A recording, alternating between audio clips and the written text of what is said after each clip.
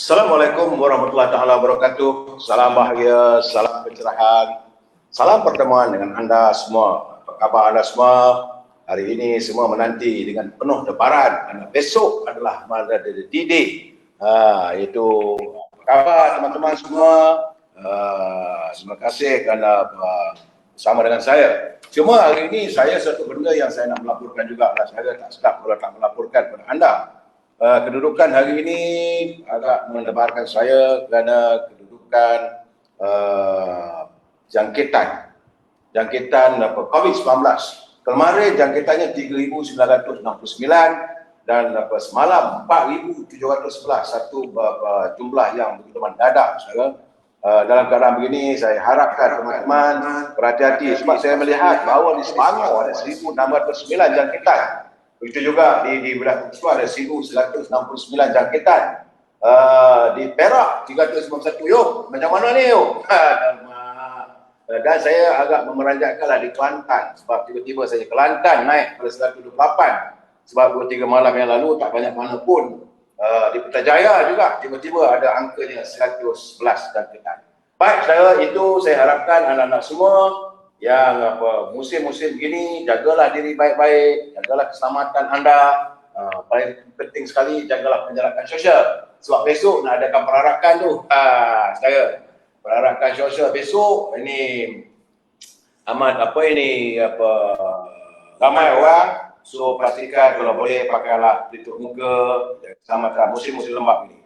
Baik, sebagaimana yang saya janjikan, malam ini adalah malam kita seperti menanti lebaran, malam penamaan calon. Saya kerana anda semualah saya hadir ke ini Gua Musang. Inilah satu calon yang mana saya melihat bahawa ini agak penting sekali saudara. Ini admin tak dapat masuk lagi lah, saya tak nampak ni live kat sini macam mana admin. Ini saya tak dapat memegang monitor ni. Admin, boleh tengok sini tak? Tak nampak, tak jalan, tak bergerak. Something wrong with it. Boleh jadi. Sekarang, itu keadaannya. Jadi, saudara Yusuf, apa khabar kehidupanku sementara, saudara Haris Zakiah. Baik, saudara, bersama-sama dengan saya pada malam ini adalah satu tokoh politik yang amat saya kagumi dan semua kita nantikan, iaitu Yang Berhormat Mulia Tengku Razali Hamzah. Apa khabar ku? Baik, terima kasih. Alhamdulillah. Ku boleh cakap sesuatu pada pelayar-pelayar saya ku? Ya, saya sendiri pun salah seorang daripada yang mengikuti apa yang dibincang dan dibicarakan melalui platform ini. Dan saya tertarik dengan banyak perkara yang dibangkitkan dalam perbincangan yang oleh Datuk sepanjang program ini dimulakan. Dan saya amat tertarik dan berminat dengan apa yang disuarakan melalui platform ini. Ya. Ada pelayar nama Delmira Bates. Dia kata apa khabar aku? Terima kasih. Baik.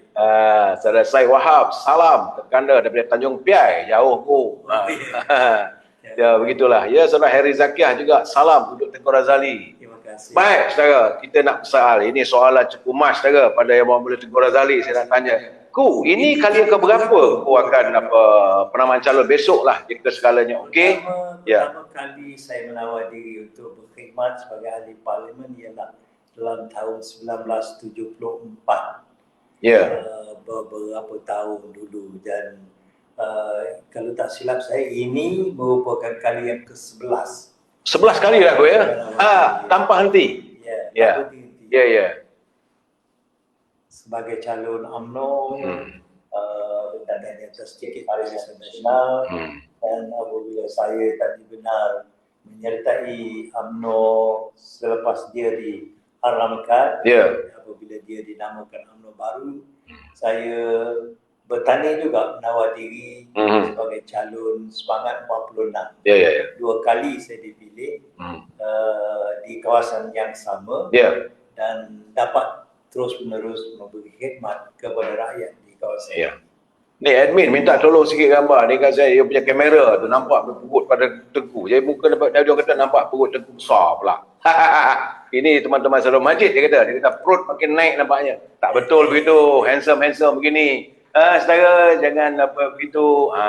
So saya haraplah agar supaya semuanya jelas lah saudara. Baik tu. Tengku sudah menjadi wakil rakyat sekian lama ya. Jadi apa rahsia sebenarnya sehingga Tengku tak pernah kalah pun dalam pilihan raya ni? Saya tak tahu lah itu barangkali atas keizinan Allah. Saya telah dipilih setiap kali oleh rakyat di kawasan ini.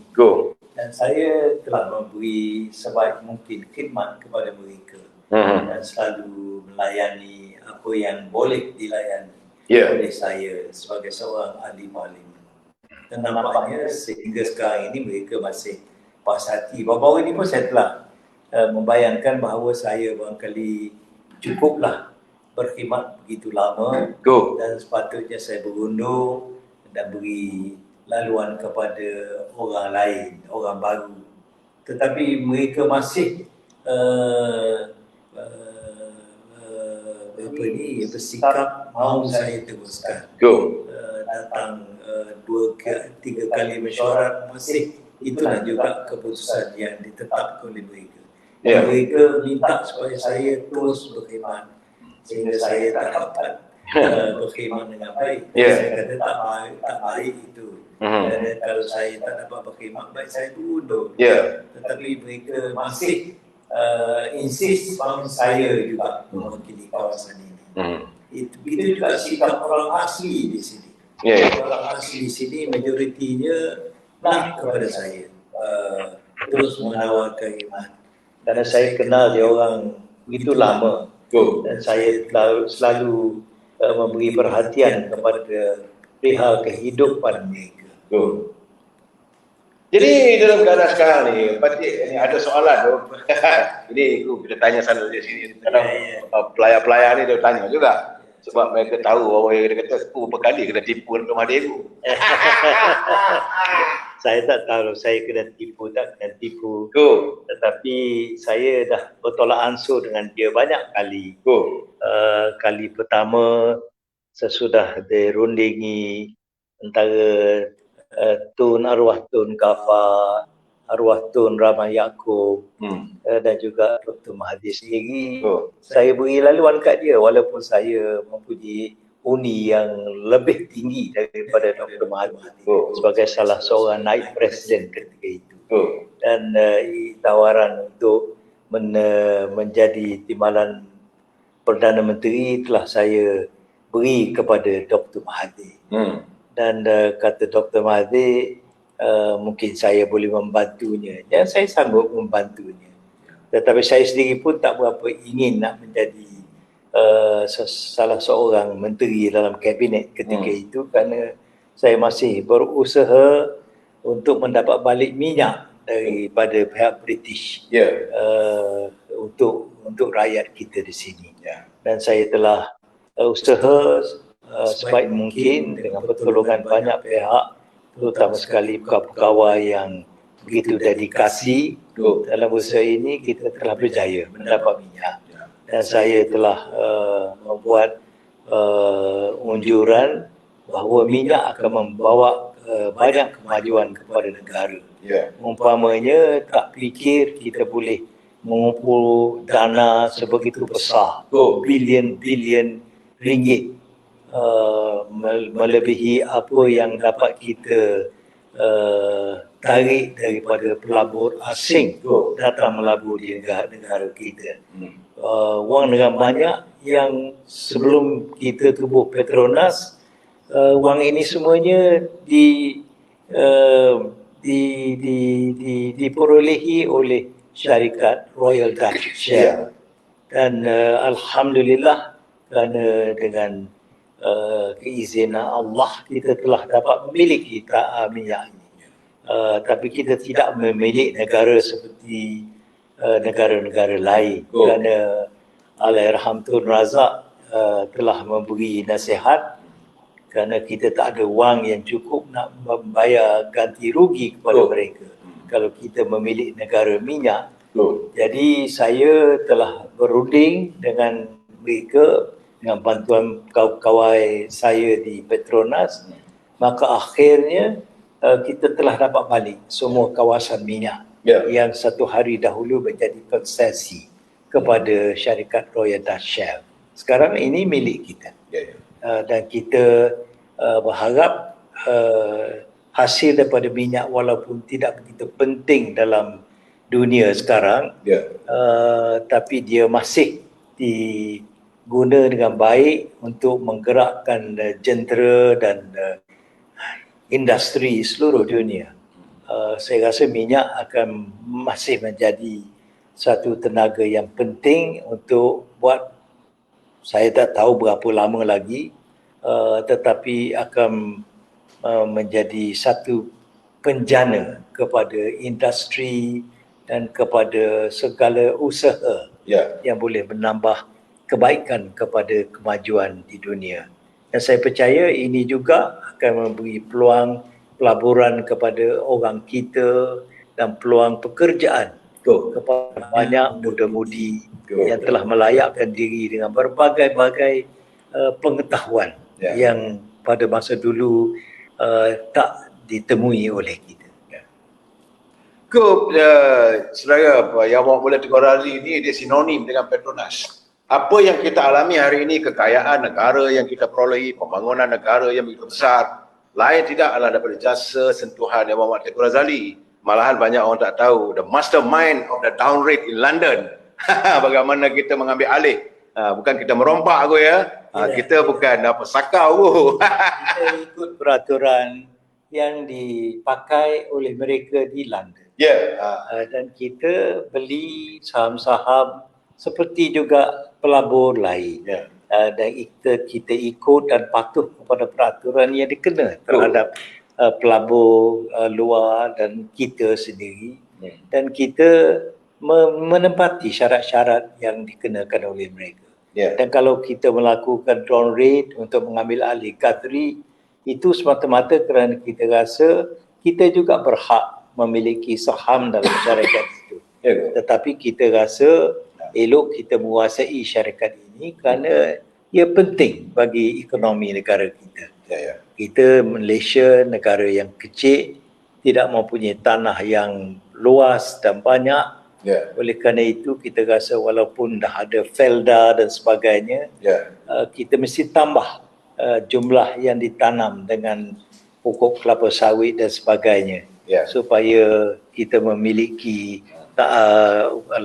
ladang kelapa sawit dengan lebih banyak, lebih luas, menjamin masa depan yang lebih baik untuk rakyat kita. So, ni banyak pelayan-pelayan ni minta tengok, nak tengok close up. Kita nak setelah close up wajah orang yang bertanggungjawab yang menghadiahkan bangunan PWTC tu, tanah tu semua bagi pada UMNO. Begitu juga ini pelayan-pelayan nak tengok gambar tu secara close up.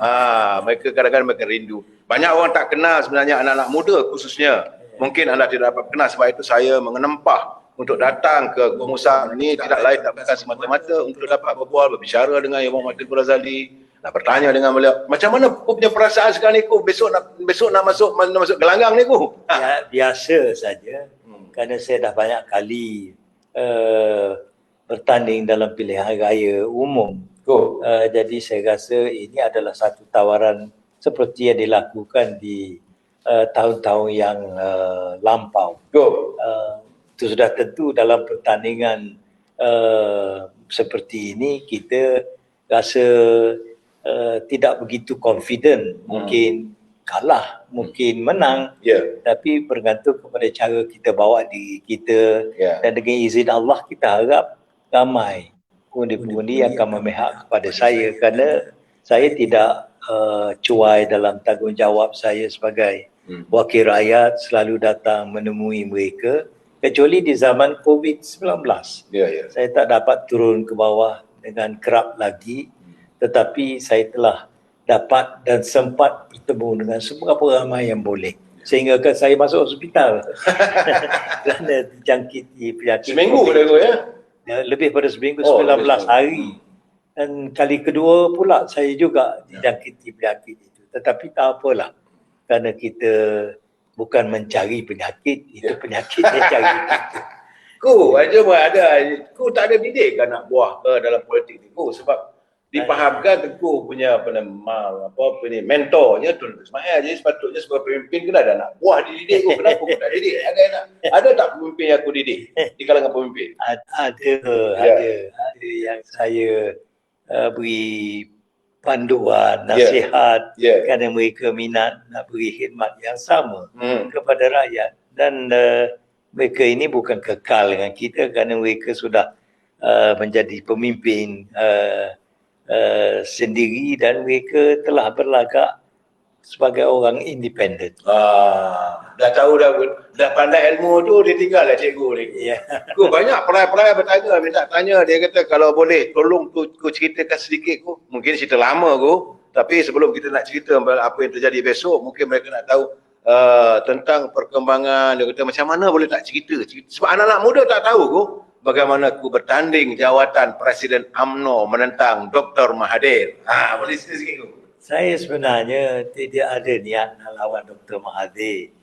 Tetapi kerana Tun Musa Hitam yang dicadang untuk menentang Dr. Mahathir sebagai calon presiden. Kerana dia sudah menjadi timbalan masa itu memang dicadangkan ketika cerita. Ya.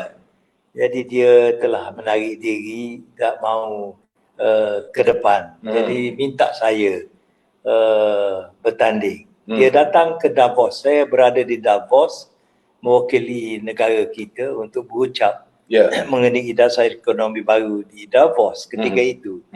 Dan dia datang pukul 3 pagi kalau tak silap saya dari Paris dan datang berjumpa dengan saya dan minta juga saya timbang untuk bertanding. Saya kata tak apalah, saya nanti balik, kita runding tengok dan macam mana boleh saya menawarkan khidmat saya sekiranya saya dikenaki berbuat demikian. Jadi apabila saya balik ke Kuala Lumpur selepas menghadiri sidang Economic Management Forum di Davos, maka ramai menasihatkan saya supaya saya bertanding. Jadi akhir sekali saya pun memutuskan okeylah saya bertanding kerana saya sendiri tidak berapa gemar dengan dasar baru yang diperkenalkan oleh Dr. Mahathir. Seolah-olah nak menghalangkan pelaksanaan dasar ekonomi baru. Puncanya itu ya? Itulah kerana dia nak lakukan perswastaan dengan menjemput banyak pelabur-pelabur tempatan yang mengambil bahagian dalam pelaburan-pelaburan yang besar-besar menerusi perswastaan yang dijalankan oleh dia di bawah dasar ekonomi baru. Dan kita tidak berhasrat melakukan ini semua kerana dia akan mencacatkan dasar ekonomi baru yang digaris selepas Mei 13. Jadi itu sebab ramai daripada kalangan UMNO yang datang jumpa saya desak supaya saya melakukan ini, iaitu menawar diri untuk lawan Dr. Mahathir supaya dapat kita nasihat Dr. Mahathir cara ini supaya dia menghentikan dasar yang nak diperkenalkan oleh dia kerana merugikan kita, merugikan negara, merugikan rakyat, terutama sekali rakyat Melayu. Kerana apabila diswastakan sesuatu usaha, misalnya minyak, Petronas, tenaga nasional, iaitu electricity, maka orang yang mengejarkan kepada keuntungan terpaksa mengenakan tarif yang tinggi atas penggunaan elektrik di mana-mana saja. Dan kita bila ada elektrik, kita nak guna untuk guna striker, nak guna untuk simpan barang-barang yang mesti dalam peti ais dan sebagainya. Belanja akan lebih. Dan orang yang menawarkan kuasa elektrik ini dengan meluas nak kepada keuntungan yang besar. Kalau nak kepada keuntungan yang besar, dia kena naikkan tarif. Gaya susah. Jadi barulah dapat untung. Tak bolehlah bagi subsidi seperti yang dilakukan oleh NEB dulu, Central Electricity Board ataupun National Electricity Board. Ada mana orang di kampung, orang yang susah mendapat subsidi menerusi bayaran yang rendah. Jadi ini salah satu daripada sebab kita tak setuju dengan dasar yang diperkenalkan oleh Dr. Mahathir, dan juga akan melambatkan pelaksanaan dasar ekonomi baru.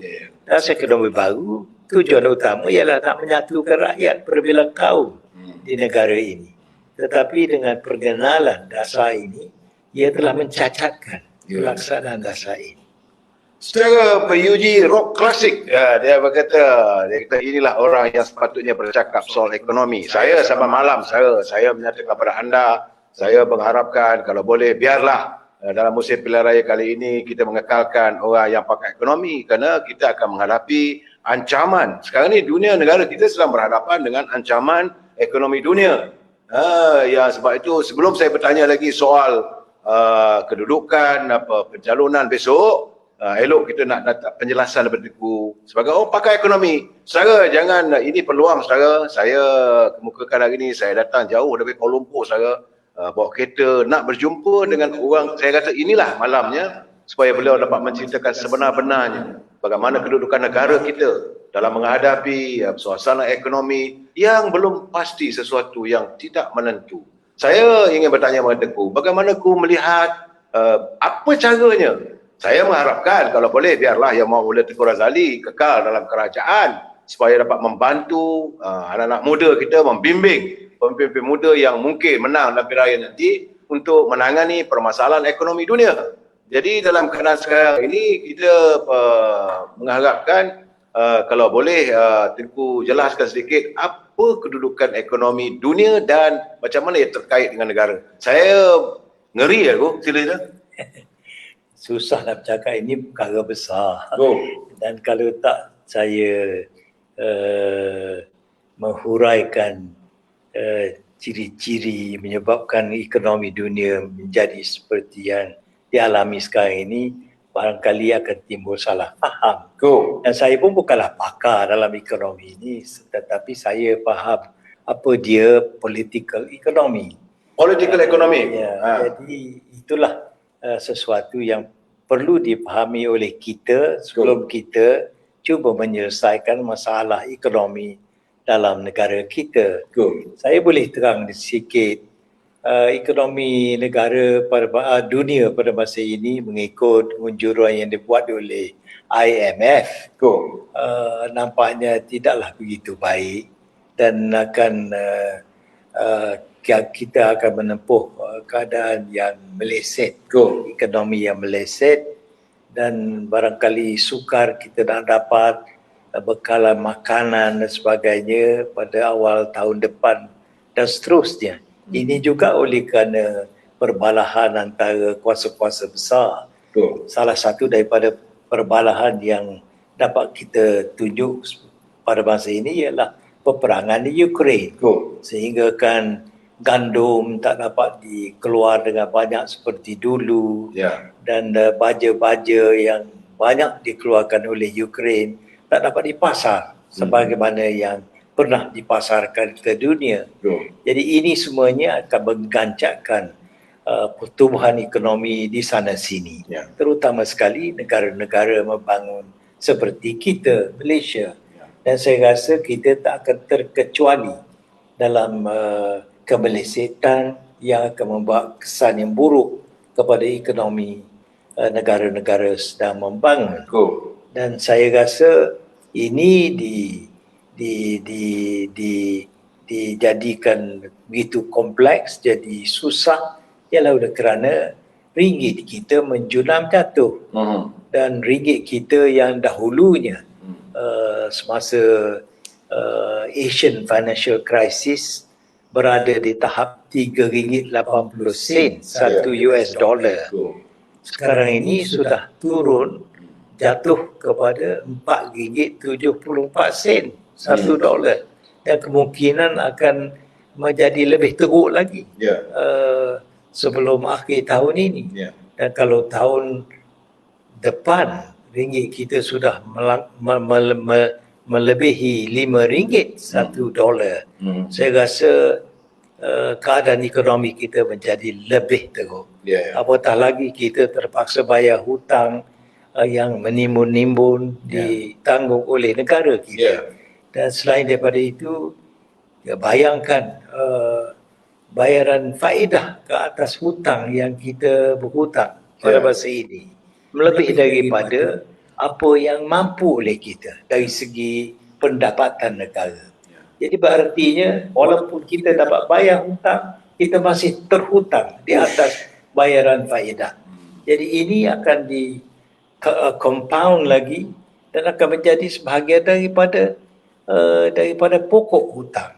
Dan bagaimana kita nak bayar tidak tahu. Tetapi bagi saya satu penyelesaian ialah supaya dapat kita perbetulkan tukaran asing ringgit kita. Dan kalau kita dapat naikkan ringgit kita kepada paras yang menesabah, yang mengukuhkan kedudukan ringgit Malaysia against the US dollar. Bukan itu saja. Ia dengan sendirinya akan mengurangkan beban hutang kita.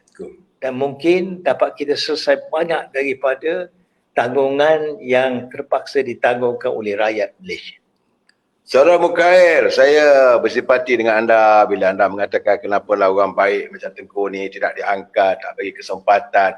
Ini rakyat ni sebenarnya saya katakan dulu. Kadang-kadang mereka tidak mengenali Tengku secara lebih dekat, siapa sebenarnya yang Muhammad Tengku Razali Hamzah. Dan saya bersyukur bahawa Tengku masih lagi dapat berkesempatan menabur bakti. Baik, apa perasaanku untuk menghadapi besok? Saya terbuka saja, terpulang kepada rakyat mau pilih saya atau tidak. Tetapi saya yakin kepada rakyat di Goh sama kali salah keyakinan saya ini tak betul. Tetapi saya percaya kepada rakyat di kawasan ini kerana saya dah menjadi wakilnya begitu lama dan mereka akan memihak kepada saya. Kerana saya tidak pernah melakukan sesuatu yang tidak disukai oleh mereka. Yang tak suka kepada saya itu ada. Biasalah tu. Itu lagi Nabi Muhammad. Ada musuhnya. Mana bumi yang tak ditipu hujan tu. Sekarang ni musim hujan pula dia aku tadi. Nak datang rumah Tengku dia pun banjir dia. Kerana saya berserahlah kepada rakyat untuk menentukannya. So apa pandangan aku dengan ada pula kalangan ahli-ahli ini kita terus bercakap politik ni ku. Tadi ekonomi. Sebab itu saya patik merasakan sewajarnya Tengku dia berada dalam desa-warsa politik negara ini. Sesuatu yang boleh dimanfaatkan oleh anak-anak muda yang akan mengelola rakyat. Tapi bagaimana aku bila tengok ada calon-calon, bila mereka tak terpilih, kita tak sebut siapa, tapi mereka sanggup meninggalkan perjuangan parti dan sebagainya. Can you give a comment? Ya, itu perkara biasalah, reaksi daripada orang yang benar-benar mahu terlibat dalam politik, tetapi tak lagi dikehendaki oleh pimpinan oleh kerana sesuatu yang difikir tidak menguntungkan perjuangan parti. Itu adalah penilaian yang dibuat oleh pemimpin dan oleh mereka yang terlibat. Saya hanya menasihatkan supaya kita perlu kepada pengorbanan. Kalau kita berjuang, jangan kita fikir kita akan mendapat untung dan akan betul setiap langkah yang kita lakukan. Orang tafsir berbagai-bagai.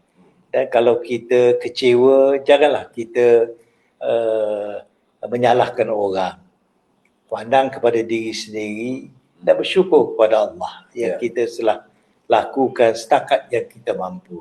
Kalau kita tak dikehendaki, kita berundurlah. Macam saya tidak ada rasa kecewa dan sebagainya kerana saya tak berminat nak jadi menteri. Dan saya kerja saya menjadi wakil rakyat bukan tujuan nak jadi Perdana Menteri, nak merebut, nak dapat jawatan itu, jawatan ini, tidak. Sekali-kali tidak. Itu sebab barangkali ramai orang pun tahu yang saya tidak terlibat dalam perebutan nak jadi Perdana Menteri. Barangkali kerana saya tidak layak. Barangkali saya tidak cocok untuk jawatan seumpama itu. Terpulanglah kepada orang ramai menentukannya. Bagaimana nasihat lah kepada calon-calon, khususnya anak-anak muda yang terpilih sebagai calon esok mereka akan mudah-mudahan kertas perjalanan mereka diterima lah. Tapi zaman dulu tu ada kertas perjalanan tolak biasa dulu kan. Tapi sekarang ni apakah ada lagi kalau calon-calon yang mungkin tak memenuhi syarat akhirnya ditolak. Tapi apa nasihatku pada anak-anak muda yang untuk pertama kali masuk ke gelanggang dan mereka bakal menggelar wakil rakyat, nasihatku pada mereka. Sebab Patik bersama malam dulu bercakap, kita dah rimas dah tengok parlimen tu. Aku sendiri ada di parlimen. You sendiri melihat bagaimana karakter, gelagat alias wakil-wakil rakyat. Bukannya bercakap soal rakyat, tetapi mereka bercakap soal personality, gaduh, tuduh menuduh, maki hamun dan sebagainya, sampaikan unparliamentarian sebenarnya, language pun terkeluar. Ya tentulah aku sebagai orang lama aku melihat ini dengan penuh kebosanan yang dilakukan oleh mereka.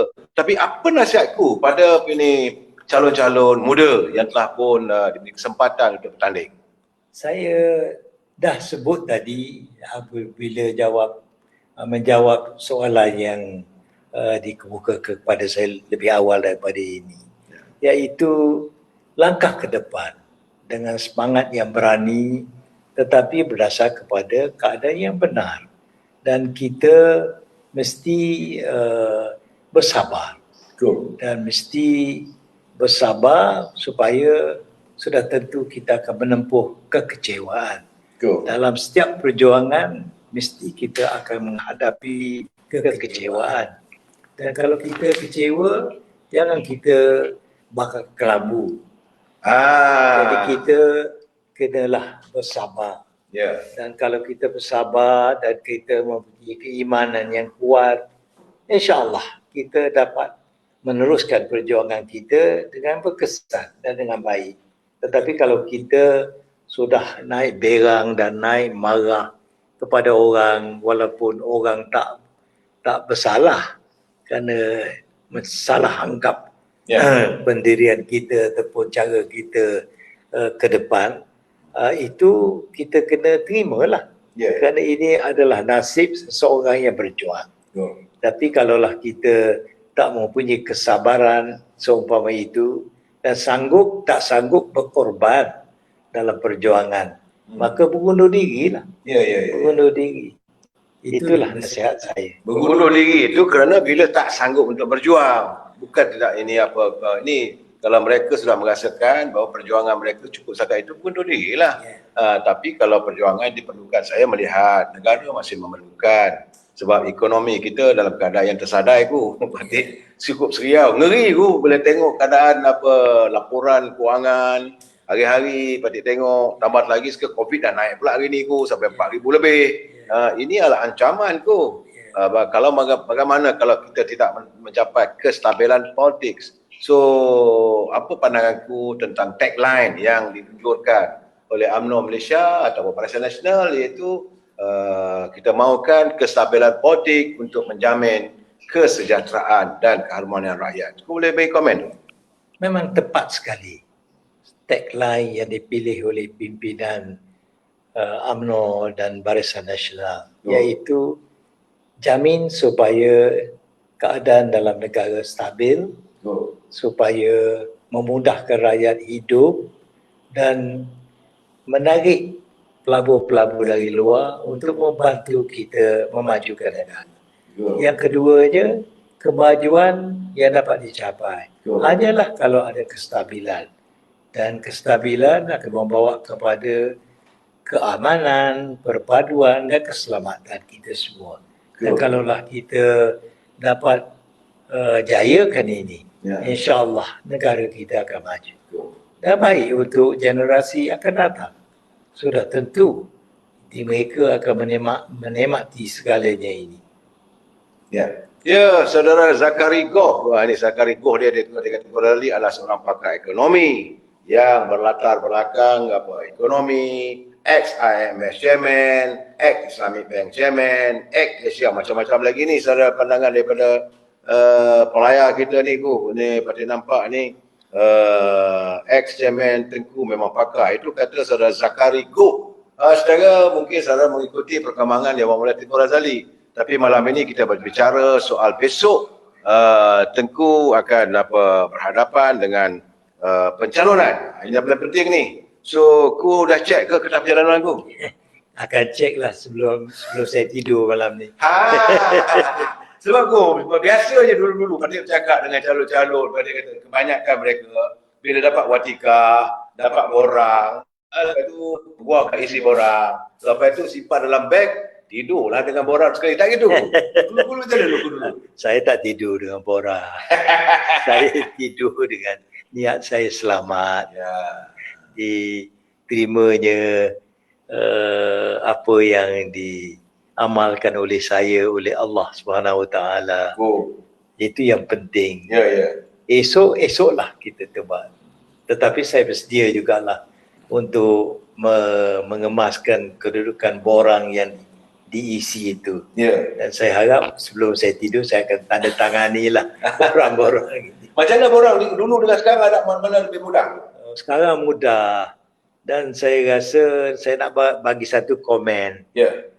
Ada orang nak bertanding dalam pilihan raya terpaksa menubuh parti. Ya. Dan mesti ada simbol baru Ya. boleh bertanding. Saya rasa ini tak perlu. Sebab demokrasi menjaminkan sesiapa boleh menawar diri. Good. Asalkan dia tu tak pernah melakukan jenayah dan dihukum oleh mahkamah dan tidak pula bankrupt dalam perniagaan ataupun hutang piutang yang ditanggungnya. Jadi yang penting ialah seseorang itu boleh menawar diri kalaulah dia itu rakyat dan tak syarat-syarat yang menggagalkan dia memberi khidmat sebagai wakil rakyat menawar diri. Jadi kalaulah itu syaratnya, mengapa nak tentukan seseorang itu mesti daftarkan parti dulu, mesti mendapat simbol baru boleh menawar khidmat dalam pilihan raya. Siapa saja boleh pergi ke pusat pendaftaran dan boleh menawar diri untuk berkhidmat. Terpulang kepada orang ramai. Sama ada orang-orang yang menawar diri untuk berkhidmat itu patut dipilih atau tidak dipilih. Jadi terpulang kepada orang ramai, itulah demokrasi. Jadi tak perlulah kita mengetatkan orang semua tu. Mengikuti semua syarat-syarat yang dikenakan ini. Ini semuanya membuang masa saja. Osama, salam kat aku, dia kata salam untuk Yang Muhammad Tengku. Cuma aku sebagai orang lama dah berpuluh tahun, dah 74 sekarang ni, makna 74, 48 tahun aku. 48 tahun lamanya aku sentiasa mengikuti ada penamaan calon dan sebagainya aku. Nak tanya Kelantan macam mana besok aku? Calon-calon Kelantan boleh menang aku, berapa ramai, agak-agak. Aku punya andaian, sebab ini based on pengalaman. Sebab aku biasa bertanding bagi pihak UMNO Barisan Nasional, Perikatan, Tunda Semangat 46. Jangan lupa semua tu. Tentu juga aku dapat melihat, merasai getaran di bawah. Ni without fear of favor. Aku merasakan Kelantan macam mana tu? Berapa kursi dapat aku? Susah saya nak kata pasal pilihan raya. Dan keadaan sekarang berbeza daripada yang lepas-lepas. Kerana sebagaimana Datuk maklum tadi, dengan pandemik COVID-19, dengan kemelesetan ekonomi, kedudukan muda-mudi tak tentu arah oleh sebab nak buru, pekerjaan pun peluang tak ada banyak. Jadi saya rasa susah nak tinjau sekarang. Selepas penamaan calon, bolehlah Datuk tanya saya. Artinya saudara, saya terpaksa datang lagi ke Kumusang. Saya berasa Angkawi, Saudara Amir Shan menanti saya untuk ke kempen sana, nak pergi tengok pula kawasan Presiden. Maklum sajalah apa khabar di Bagan Datuk. Oh Bagan Datuk apa khabar yuk? Pandemik dah naik tinggi tu. Tapi bila Tengku kata kena datang lagi tu, aduh, seksanya datang. Tapi begitulah saudara, jauhnya perjalanan dari Kuala Lumpur yang mula Tengku Razali datang ke Musang, bukan satu kawasan yang kecil. Ku tak silap Patik dulu, ku bertanding dulu, bukan Gua Musang, dia panggil Ulu Kelantan ku ya. Berapa besar dulu kawasan dulu? Dulu masa saya menawar diri berkhidmat di Ulu Kelantan, ialah kawasan itu 4/5 daripada kawasan negeri Kelantan. Ya. Tak ada jalan, hanya kalau nak berjalan dengan kereta api pun goods train saja Ya. yang datang 5 jam, 6 jam sekali ke stesen, mana-mana stesen di Kelantan. Mail trainnya datang 3 kali seminggu. Tak ada penerbangan. Saya sering melawat kawasan saya dengan sungai, berjalan kaki, berbatu-batu. Tetapi seronok kerana saya melawat kawasan saya berjalan kaki tetapi dengan teman yang begitu ramai. Jauh kan? 20-30 orang. Ya, kadang-kadang 3-4 batu satu tempat. Kita sampai dan kita duduk berkelah sama-sama kita. Seronok juga pada masa dulu. Tetapi bimbangnya kerana pada masa itu takut diserang hendap oleh komunis. Komunis. Dalam Bukan senang nak menerima. tak ada bahaya itu. Jadi kita nak melawat kawasan pun kerana kawasan pendalaman, kena dapat kebenaran polis dulu. Masa itu ya? Kalau polis tak benar kita bergerak, kita tak boleh masuk kawasan kita. Dan 6 petang kita tak boleh bergerak ke mana-mana lagi. Masih itu lah tu ya? Kalau kita tiba di satu-satu tempat, dah dekat pukul 6 petang, kita kena berkemah di situ. Kerana tak boleh bergerak sama ada maju ke depan ataupun mundur ke belakang. Oleh kerana larangan polis. Banyak tempat di curfew. Saudara Puan Noridah, saya minta maaf. Saya tak boleh nak komen kerana kedudukan sekarang ni. Apa sama orang ni keluar masuk apa yang berlaku sekarang ni. Terima kasih apa yang anda berikan kepada saya. Laporan yang terbaru berada di Tambun. Ya, tak apalah, orang MIC nak keluar masuk PKR tu dia punya hal lah. Kita hari ini kita nak bercakap dengan Muhammad Tengku Razali, pengalamannya. Kerana dulu kawasan yang beliau wakili, kawasannya jeli lagi ku? Ya, jeli. Kuala Krai, Parlimen Kuala Krai dulu adalah sebahagian daripada kawasan Parlimen saya. Yang dinamakan Ulu Kelantan. Ulu Kelantan. Jeli sebahagian daripada kawasan saya. Tanah Merah pun sebahagian daripada Tanah Merah menjadi sebahagian daripada kawasan Parlimen saya. Macang pun begitu juga. Oh, jauhnya. Ya, banyak. Saya terpaksa menghubungi 5 DO, kata silap saya. Untuk di bawah kawasan Parlimen saya. Dan sekarang sudah wujud 5 atau 4 Parlimen berasingan. Selain daripada kawasan saya.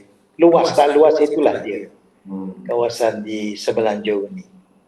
Ya, Saudara Rizmi Ismail. Saudara Rizmi Ismail mengatakan ramai anak-anak muda sekarang ni tak kenal dengan Yang Muhammad Tengku Razali. Sebab itu saya datang ke sini, saudara. Sebab jasa-jasa yang ditabur oleh Yang Muhammad Tengku Razali ini, saya adalah generasi yang menerima setengah. Sebab waktu itu sekitar tahun saya bermula bergiat dalam politik sekitar tahun 82. Sedangkan Tengku tahun 74. Jadi saya tidak berkesempatan secara awalnya. Tapi saya dapat merasai bagaimana sentuhan-sentuhan hasil daripada minyak hitam tu. Minyak Petronas tu. Maka negara membangun dengan begitu hebat dan kita maju ke hadapan. Itu bukan sentuhan beliau. Sebab itu saya sampai malam bila saya menyentuh tentang Yang Muhammad Tengku Razali, bukan nak membodek, tapi inilah orangnya, saudara. Begitu sentiasa berhemah, tidak mau, bukanlah nak mengejar jawatan, tapi bila parti memberi kesempatan, memberi kepercayaan pada beliau untuk bertanding, jadi dia tidak akan berundur. Dan kalau parti kata tak boleh, tak adalah, tak gitu. Ya, patut kita sedarlah apakah kebolehan dan kemampuan kita. Kalau kita tak mempunyai kemampuan, patutlah kita berundur, pergi jalan ke orang lain. Ya, sebab itu saya kata, saudara, kita sekarang ni memasuki alah baru. Ni dinamika politik UMNO. UMNO sedang melakukan islah tu yang patut dipahamkan oleh Presiden UMNO. Kita melakukan islah untuk tidak mahu lagi adanya wolot-wolot dalam UMNO ni ku. Ini kadang-kadang Yang Muhammad Tengku Razali terpisah kerana wolot. Mereka menguasai bahagian-bahagian. So nampak gayanya, apa pandanganku apabila ramai seperti nampak calon-calon yang dikemuka oleh UMNO adalah muka-muka baru. Bukan semestinya anak muda, tapi muka-muka baru yang nampak gayanya memberi satu harapan. Dan selepas UMNO ditumbangkan, UMNO Barisan Nasional ditumbangkan pada pilihan raya yang lalu. Apa pandangan dan harapan? Saya harap dia orang sedarkan diri dan menerima hakikat bahawasanya kita tak akan kekal berkuasa selama-lamanya. Itu sebab kita kena insaf dan kena bertindak mengikut bukan saja kemampuan kita tetapi mengikut apa peraturan dan undang-undang yang telah menggariskan kelakuan dan tindakan yang boleh dan mungkin boleh dilakukan oleh kita. Jangan kita fikir kita ni berkuasa selama-lamanya ataupun kita ni boleh laku apa saja yang kita mahu lakukan apabila kita dipilih oleh rakyat. Saudara, saya tengok tadi saudara Mus Ahmad, dia kata menang buat kenduri besar aku. Saudara, yang boleh tegur dali buat kenduri besar, dia biasa dah menang kalah ni. Cuma sesuatu saya bercakap terima kasih pada pelai-pelai saya. Malam ini saya rasa cukup bangga. Saya menjangkakan sebab isu yang macam Lekit Siang kata, kalau boleh aku pun nasihatkan untuk tidak bertanding kali ini. Tapi saya melihat bukan isu usia sekarang. Ternyata usia itu bukanlah sesuatu yang meletakkan syarat untuk seorang bertanding. Dan saya melihat daripada pelai-pelai yang mengatakan kiriman, tidak ada timbul soal tentu usia begini. So nampak gayanya apa yang pandangan Kit Siang tu ini rasanya tak menepati lah. Sebab dari komen-komen yang pada tengok tu is all positif. Dan kita mengharapkan agar dalam pilihan raya kali ini Tengku dapat sekali lagi berada di parlimen. Kerana kita berada dalam suasana yang cukup membimbangkan dalam sektor ekonomi. Jadi apa pandangan aku bila kata usia ni aku? Yalah, itu pandangan di Kit Siang. Ya. Saya ucap dia bersara lah. Baik. Dan dia pun nasib baik ada anak. Dua anak ada di parlimen, satu masih melalui tuduhan mahkamah. Harap dia pun berjaya jugalah melepaskan diri. Tetapi saya sendiri tak ada anak, tak ada isteri. Saya seorang diri. Ramai orang yang masih mahu saya terus berkhidmat. Itulah pertalian saya dengan rakyat di Musang dan lain-lain. InsyaAllah. Setara mungkin sebab itulah yang Muhammad Razali boleh menyelesaikan banyak masalah yang dihadapi oleh warga kerana beliau tidak ada komitmen pada keluarga. Seorang yang berkelana di dunia ini untuk menabur bakti pada rakyatnya, pada warga bangsanya, untuk menebus dan impian untuk meletakkan supaya warga bangsa kita ni berdiri sama tinggi, duduk sama rendah dengan kaum-kaum yang lain. Jadi sebab itulah beliau boleh memberi khidmat berterusan. Dan paling penting, banyak kawan-kawan bertanya dengan saya, bagaimana dengan kronisma? Saya kata macam mana nak ada kronisma? Tengku tak ada apa-apa pun, dia seorang-seorang diri, tak perlu nak cari kekayaan. Kekayaan dah ada apa semua, dulu apa semua tu. Alhamdulillah, bolehlah untuk hidup yang agak selesa. Tetapi, boleh aku bagi komen tentang ni, Bu? Orang masuk politik ni cari kereta tu. Ya, dia macam-macam lah. Ini manusia. Tapi saya rasa cukup dengan apa yang saya ada, yang saya dapat. Tak perlu kereta buruk, perkara-perkara yang bukan hak kita. Jadi saya rasa saya berpuas hati dengan apa yang ada kepada saya. Syukur, Alhamdulillah. Okey, saudara, saya tengok masa sentiasa mencemburui kita dan saya pun tak mahu lama-lama dengan Tengku sebab beliau terpaksa mengisi borang, nak cek balik borang-borang, okey tak okey apa semua ya. Mungkin besok ke lusa ke saya kalau dapat berpeluang dengan Presiden, tanya kat Presiden macam mana ramai sangat yang gugur, yang tak digugurkan. So, saya mengucapkan jutaan terima kasih pada Yang Berhormat Tengku Razali Hamzah kerana berkesempatan untuk sempat bersama dengan saya dalam live Amir Hijaz Fan, saudara. Dan ku bagi sepatah dua peringatan pada pengundi-pengundi ku. Yalah, saya harap semua pengundi akan keluar mengundi untuk cuba membantu menyelesaikan masalah yang kita hadapi. Sebagaimana saya kata tadi, kestabilan politik amat penting. Tetapi ia mesti datang daripada keikhlasan kita semua yang mahu melihat keadaan aman wujud, dan kita dapat pula mengajak rakyat semua bersatu supaya kita boleh menjaga keselamatan yang boleh menjamin kemajuan yang baik untuk kita semua masa sekarang dan masa depan, insya-Allah. So begitulah saudara, besok pagi jam 9, 222 kawasan parlimen di seluruh negara. Ada yang 4 penjuru, ada yang 5 penjuru, ada yang 6 penjuru, tapi saya yakin tidak ada yang lagi menang tanpa bertanding. Dulu-dulu ada menang tanpa bertanding lagu. Saya sekali mengalami itu. Oh, menang tanpa bertanding. Lepas pertubuhan Barisan Nasional. Cool. Saya menang tanpa bertanding di Gomusang. Tahun apa tu? Tahun 1974 rasa. 74. Tetapi selepas itu selalu yang diburu oleh orang pakai kopiah. Tetapi alhamdulillah saya menang. Saya menang.